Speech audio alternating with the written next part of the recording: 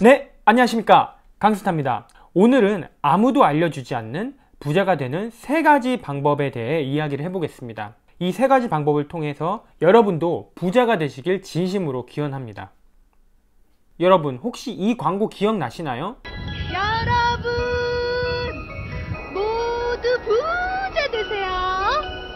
꼭이요. 저는 지금도 생생하게 기억이 나는 것 같은데요. 이 광고는 IMF 체제를 졸업한 2001년 연말에 나왔기 때문에 더 큰 화제가 되었던 것 같습니다. 이때까지만 해도 부자 되세요라는 의미는 같이 성장하자 이런 의미로 다가왔고 국민들에게 큰 힘이 되었던 것 같습니다. 하지만 최근 부자라는 의미가 퇴색되어 가는 것 같은데요. 부자 되세요라는 것보다는 분배하세요 라고 해야 될 것 같은 기분입니다. 심하게 말하자면 부자는 나쁜 사람, 적폐로 취급받는 시대가 된 것 같아 매우 안타까운데요. 하지만 자본주의 시스템에서 부자가 되고 싶은 것은 인간의 당연한 욕구라고 생각합니다.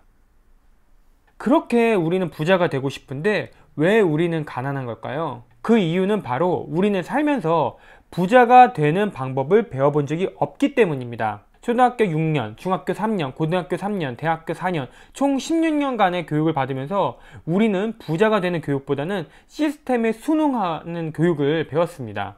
즉, 지금 당장 실질적으로 써먹을 수 있는 지식은 극히 제한적이라고 할 수 있습니다. 그리고 우리는 돈에 대한 공부를 경시해 왔습니다. 즉, 돈을 목적으로 하면 천하다는 인식 때문에 돈을 버는 방법에 대해서는 배움의 기회가 적었습니다. 이러한 교육 시스템을 한 단계 한 단계 밟으면서 수능해 나가고 교육 시스템이 끝나면 사회 시스템 안에 맞추어 수능하게 됩니다. 대부분의 사람들이 이러한 과정을 거쳐 회사원이 되죠.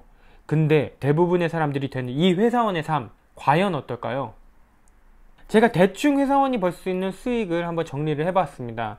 연봉 테이블은 기업마다 이렇게 상이하기 때문에 중견기업 이상의 연봉을 대상으로 산출해 봤습니다. 또한 성과급, 투자이익, 물가, 임금 상승률 등은 제외를 했습니다.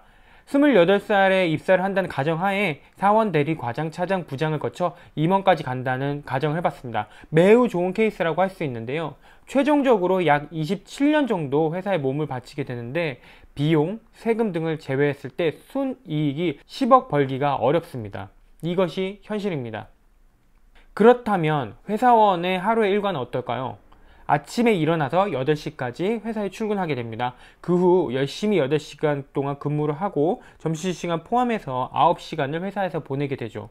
집에 돌아와서도 집안일, 육아, 휴식 등등 5시간을 보내면 다시 꿈나라로 떠나게 됩니다. 이렇게 하루의 시간이 순식간에 지나가 버립니다. 예전에 무한도전에서 시민 한 분이 자신을 노비라고 말하는 것을 보고 씁쓸한 웃음을 지은 것이 기억이 납니다. 맞습니다. 회사원은 현대판 노비라고 할 수 있겠죠. 조선시대라고 치면 주인집을 위해 열심히 일을 하는 노비인데요. 아무리 일을 해도 받는 곡식은 한정이 되어 있습니다. 그 어떤 사람도 노비와 같은 삶을 살고 싶지는 않을 겁니다. 지금 시청하시는 시청자분들도 그렇게 생각하실 텐데요. 근데 왜 노비의 삶을 벗어나지 못하는 걸까요? 그것은 바로 그 삶 자체가 이미 컴포트 존이 되었기 때문입니다. 여기서 컴포트 존이란 안정적이고 일상적인 삶을 이야기를 하는 건데요. 우리가 컴포트 존을 벗어나야지만 부자가 될 수 있는 기회를 얻을 수가 있습니다. 일부 사람들은 이 컴포트 존을 벗어나기 위해 노력을 하지만 기존의 관성을 버리기 쉽지 않습니다. 그리고 월급이라는 이런 강력한 마약으로 인해서 다시 컴포트 존으로 돌아가는 것을 반복하는 삶을 살고 있습니다. 그럼에도 불구하고 우리는 빨리 부자가 되어야 합니다. 왜 부자가 돼야 하는 걸까요? 한 부자가 이렇게 말을 했습니다. 다시 젊어질 수만 있다면 전 재산을 내놓겠다고요. 근데 여러분, 인생의 창창한 이 젊은 날에 얼마 안 되는 돈을 모으며 자유도 없이 스트레스만 받고 계시진 않는가요? 한 살이라도 젊을 때 하루빨리 부자가 되어서 인생을 즐길 수만 있다면 매우 행복할 것 같은데요. 부자가 되면 여러 가지 좋은 점들이 많습니다. 재정의 통제권도 갖고 원하는 일에 시간을 쓸 수 있습니다. 당신이 원하는 사치품을 모두 가질 수 있을 뿐만 아니라 재정적 스트레스에서도 해방이 됩니다. 그리고 진정으로 내가 원하는 선택을 할 수 있습니다. 그렇다면 지금부터 부자가 되는 3가지 방법에 대해 알아보겠습니다. 첫째로 나 자신을 알아야 합니다. 사람들의 성격, 특성은 다 제각각입니다. 저는 약간 관종 스타일이라 이렇게 사람들 앞에 나서는 걸 좋아하고 무언가를 보여주기를 좋아합니다. 지금 촬영하는 것도 뭐 큰 부담이 없습니다. 하지만 가만히 앉아서 무언가를 묵묵히 하는 것을 하라면 잘 못할 것 같습니다. 이렇게 각각 자신이 좋아하고 잘하는 것은 다 다를 겁니다. 많은 사람들이 부자가 되기 위해 뭐 주식 투자해라, 부동산 해라, 사업해라 이렇게 하는데 그것이 아니라 내가 좋아하고 잘하는 것을 먼저 안 다음에 그것에 맞게 부자가 되는 방법을 찾으면 되는 것입니다. 또한 나의 자산 재정 현황을 분명히 알아야 합니다. 부자들에게 물어보면 어느 통장에 얼마가 있다는 것을 정확하게 파악을 하고 있습니다. 오히려 가난한 사람들은 자신이 얼마를 벌고 얼마를 쓰는지 모릅니다. 가계부나 자신의 재무상태표를 만들어 보시는 것을 추천해 드립니다. 저는 기획실에서 업무를 하면서 기업 재무상태표 분석을 했던 경험이 있습니다. 내 삶에도 이걸 한번 적용해 보자라고 생각을 해서 이렇게 나만의 재무상태표를 만들어서 관리하고 있습니다. 회사를 운영하듯이 내 자산도 관리해보면 금방 돈의 흐름을 알 수가 있고요. 관리하기도 편합니다. 다들 한번 도전해보세요. 다음은 시스템, 파이프라인을 구축하자입니다.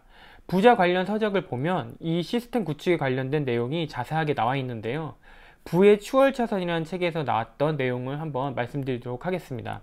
이집트 왕 파라오는 조카 2명에게 피라미드를 짓는 일을 맡겼습니다. 한 명의 이름은 추마, 또 한 명의 이름은 야주르였습니다. 야주르는 크고 무거운 돌을 끌고 와서 초석을 만들었습니다. 이것만 해도 약 1년 정도가 걸렸습니다. 하지만 추마는 아무것도 하지 않았습니다. 단지 생각만 하고 있는 이런 추마의 모습을 보고 야주르는 이해를 할 수가 없었습니다. 어찌됐든 야주르는 2층을 쌓으려고 열심히 시도를 했는데 돌이 너무 무거워서 들기가 쉽지가 않았습니다. 그래서 야주르는 가장 힘이 센 사람을 찾아가서 트레이닝을 받고 힘을 키운 후에 2층을 쌓기 시작하였습니다. 하지만 속도는 점점 느려져서 총 30년 정도 걸릴 것으로 예상하였습니다. 그때도 추마는 어떠한 움직임도 보이지 않았습니다. 그러던 어느 날 추마의 작업장에서 굉음이 났고 놀란 야주르는 굉음이 나는 곳으로 뛰어갔습니다. 그곳에 가보니 8m나 되는 거대한 기계가 돌을 운반하고 있었습니다. 추마는 그 기계를 사용하여 몇 분 안에 초석을 만들고 야주르가 3년간 만들었던 것을 단 40일 만에 완성을 하였습니다. 이 일화에서 알려주는 것처럼 우리는 야주르처럼 열심히 무거운 돌을 나르는 것을 집중하는 게 아니라 돌을 나르는 시스템 구축에 집중을 해야만 그만큼 생산성과 효율이 높아질 수 있다는 걸 알 수 있습니다.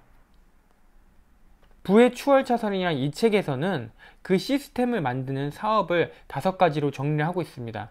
첫 번째는 임대사업, 두 번째는 컴퓨터 시스템 사업, 세 번째는 컨텐츠 사업, 네 번째는 유통 시스템 사업, 마지막 5번째는 인적 시스템 사업입니다. 이 5가지 사업 모듈에 맞춰서 여러분도 어떤 시스템을 만들 것인지 지금부터 고민을 할 필요가 있다고 생각을 합니다.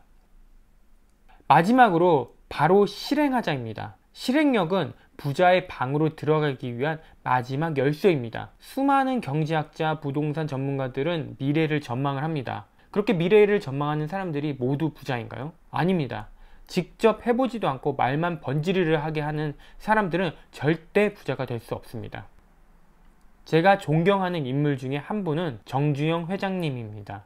그분의 저서 실현은 있어도 실패 없다에서 나온 말인데요. 기업이란 현실이요. 행동함으로써 이루는 것이다. 똑똑하다는 사람들이 모여 앉아 머리로 생각만 해서 기업이 클 수 없다. 우선 행동해야 한다. 아무리 훌륭한 생각을 가지고 천하를 지배할 수 있는 학식을 가지고 있다 하더라도 활용되지 않고 실천하지 못하는 것은 사장된 지식이다.